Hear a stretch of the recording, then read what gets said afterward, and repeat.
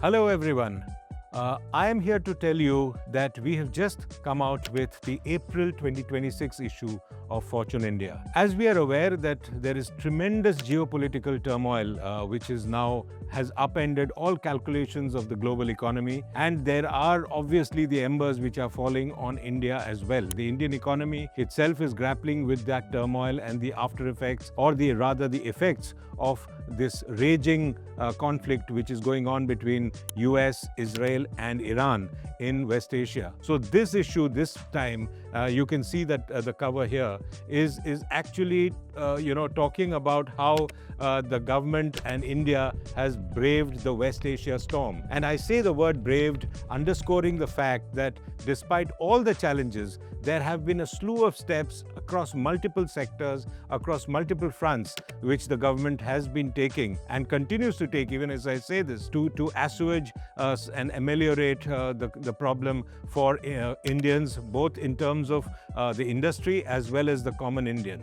So that continues, and there is a deep dive, and there is multiple stories in this package which will tell you what kind of steps have been taken, what is the impact on the economy, the markets, and a lot more in that. Over and above that, we have, of course, a very interesting list called the Emerging 100, where we go beyond the Fortune 500 India list and look at the mid-sized companies and across various parameters, and bring you a list based on turnover, eventually based on sales, on which are the mid-size gems which we are talking about and how they have performed. And the good news is there is a lot more muscle also over and above the 500, the top 500. There is a lot more muscle in beyond the Fortune 500 India, which the list, which keeps actually the economy chugging along. And last but certainly not the least, we are aware, I think, of the tug of war which is going on in the boardroom at Tata Sons.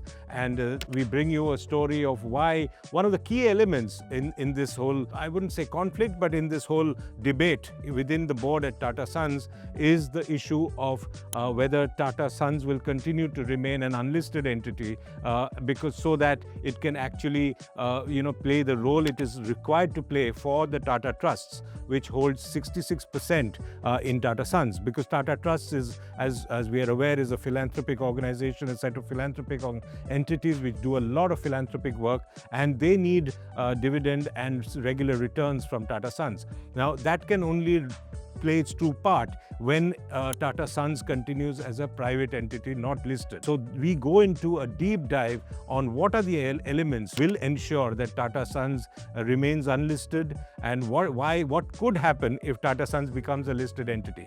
That actually is at the core of the debate around the discussions around between Mr. Noel Tata on one side and Mr. Natarajan Chandrasekharan, the Tata Sons chairman, on the other. And again, it's a story which is playing out, which will play out over the next few months, I'm sure.